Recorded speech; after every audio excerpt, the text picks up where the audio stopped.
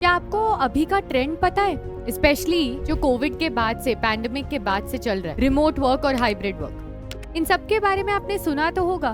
और हम बहुत लोग रिमोट वर्क, हाइब्रिड मॉडल से ऑपरेट करना चाहते हैं क्योंकि हमें लगता है वो बहुत ज्यादा कन्वीनियंट है, क्योंकि हम कहीं से भी अपना काम कर सकते हैं। सही चीज है, लेकिन क्या आपको पता है कि हर चीज का एक दूसरा साइड भी होता है। अब रिमोट वर्क और हाइब्रिड का क्या ऐसा दूसरा साइड है जो एक बहुत बड़ा डिसएडवांटेज हो सकता है?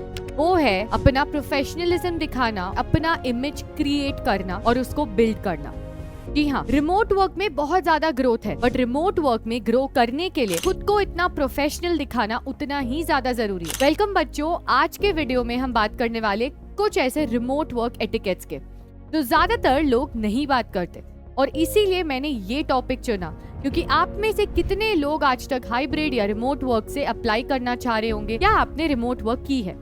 तो आज मैं आपको बताऊंगी कि कैसे आप रिमोट वर्क में अपना रेप्यूटेशन क्रिएट, मेंटेन और बिल्ड कर सकते हो। ये तीनों चीजें बहुत ज्यादा इंपॉर्टेंट है क्योंकि आजकल ज्यादा कंपनीज रिमोट वर्क और हाइब्रिड मॉडल्स पर फोकस कर रही हैं। बट अब हम बात करते हैं रिमोट वर्क एटिकेट क्या है। तो रिमोट वर्क एटिकेट का मतलब ये होता है कि कुछ गाइडलाइंस, कुछ रूल्स या प्रोटोकॉल्स जो आपको काम करना है या उस पर काम करना है जब आप रिमोट वर्क या हाइब्रिड मोड से ऑपरेट कर रहे हो। तो वो क्या चीजें हैं जो आपको आपके दिमाग में रखनी है जिससे आप प्रोफेशनलिज्म दिखा सकते हो और अपना रेप्यूटेशन बना सकते हो। बिकॉज अपना इमेज बताना और बनाना दोनों बहुत फर्क है।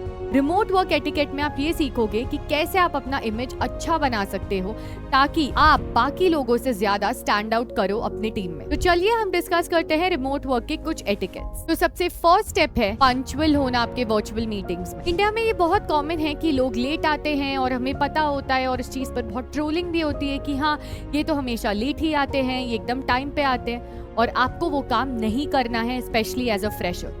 अगर आपका मीटिंग समझ लीजिए कि सुबह 10 बजे स्केड्यूल्ड है, तो आप 9:50 को या 9:55 को आप लॉग इन कर सकते हैं। बिकॉज आपको लगता होगा ये छोटी चीजें हैं, बट ये छोटी चीजें बहुत बड़ा इम्पैक्ट करती हैं। मैं खुद ये फॉलो करती हूँ, इसीलिए मैं एक चीज से तो बहुत फेमस हूँ कि वृंदा मैम अपने क्लासेस को एकदम टाइम से शुरू करती हैं और टाइम पर खत्म करती हैं। अगर आप मेरे स्टूडेंट रह चुके हो तो आई एम श्योर कि अभी तक आप नॉड करके स्माइल कर रहे हो। ये मैंने कैसे बिल्ड किया? मैंने आप लोगों को नहीं बोला कि आप लोग मेरे लिए बोलो, बट मैंने खुद के लिए ये इमेज क्रिएट किया by being very punctual in my meetings. ये चीज बहुत जरूरी है। दूसरी चीज आती है वर्चुअल एटिकेट में मैनर्स, यानी कि आप जब एक वर्चुअल मीटिंग में हो, क्या आप लोगों को सुन रहे हो या आप उन्हें कॉन्स्टेंटली इंटरप्ट कर रहे हो, उनको काट रहे हो। जब ये चीजें आप करते हो तो सामने वाला इरिटेट होता है और आपका एक ऐसा इमेज बन जाता है कि आप उनमें से हो जो बात ज्यादा करते हो और सुनते कम। और कम्युनिकेशन स्किल का ये गोल्डन रूल है कि एक अच्छा कम्युनिकेटर एक अच्छा स्पीकर नहीं, एक अच्छा कम्युनिकेटर एक अच्छा एक्टिव लिसनर होना चाहिए। तो ये स्किल आपको खुद में डालने के लिए बहुत ज्यादा जरूरी है। तो please be very much present and punctual in all your virtual meeting. अब हम बात करते हैं second step, which is being engaged and interactive in meeting. ये क्या है? अब वर्चुअल मीटिंग्स में हम क्या बात करें, कैसे बात करें, हमें बहुत हेसिटेंट, बहुत ऑकवर्डनेस फील होता है, हम बहुत कॉन्शियस भी होते हैं। ये बात सही है आपकी, लेकिन इसको ओवरकम करना आप सबके लिए जरूरी है, क्योंकि जो आपकी ग्रोथ है ना, वो आपके कंफर्ट जोन से बाहर है। कंफर्ट जोन के अंदर कभी कोई ग्रो नहीं कर सकता। तो जो भी आपके हेसिटेशन है, आपको धीरे धीरे इसको ओवरकम करना हो। इसका भी एक बहुत अच्छा ट्रिक है मेरे पास। मैं आपको ये नहीं कह रही हूँ कि मीटिंग में आपको सबसे ज्यादा बात करनी है, सबसे ज्यादा सवाल पूछने हैं, इंटरैक्ट करना है, ये नहीं कह रही हूँ। पहले 1-on-1 चालू करें, किसी एक जन से कुछ पूछ ले और उनसे एक सवाल पूछे और उनको जवाब देने दें। दूसरी मीटिंग में 2 लोगों से कनेक्ट करें, तीसरी मीटिंग में 3 से। तो जब आप ये काउंट बढ़ाते जाओगे, आप अपने टीम और अपने मैनेजर्स के साथ भी बहुत कंफर्टेबल होगे। And ask valid questions. ये सुनने के लिए बहुत ज्यादा जरूरी है कि आप अच्छे से समझे कि कॉन्वर्सेशन क्या हो रहा है और राइट क्वेश्चंस पूछे। इसीलिए जब आप लोगों को इंटरप्ट करते हो, तब आपका क्वेश्चन भी गलत या इररेलेवेंट हो सकता है, क्योंकि उनका टैंजेंट या उनका डायरेक्शन कुछ बोलने का अलग होगा और आपने कुछ अलग पूछा होगा। तो बहुत ज्यादा जरूरी है ध्यान से सुने और कोई भी मेंबर से कुछ इंसाइटफुल क्वेश्चंस करें, जिससे आपको भी एक आइडिया या इंफॉर्मेशन लगे कि ये मीटिंग में क्या चल रहा है और क्या बातें हो रही है और क्या एग्जीक्यूट करना है। तीसरी चीज है सी और सी। यस, क्लियर और कंसाइज कम्युनिकेशन। सी और सी ये क्या है? मतलब बहुत क्लियरली अपना पॉइंट बोलना। बार बार घूम घूम कर एक ही पॉइंट बोलने की कोई जरूरत नहीं है, बिकॉज वो लोगों को बोर और फ्रस्ट्रेट कर देता है। क्योंकि आप खुद सोचिए, अभी सोशल मीडिया का जमाना है, आप कोई भी रील देखते हो, आप किसी से भी बात करते हो, अगर वो इतनी लंबी चल रही है तो क्या आप उसको देखोगे? क्या आप उन्हें सुनोगे? नहीं।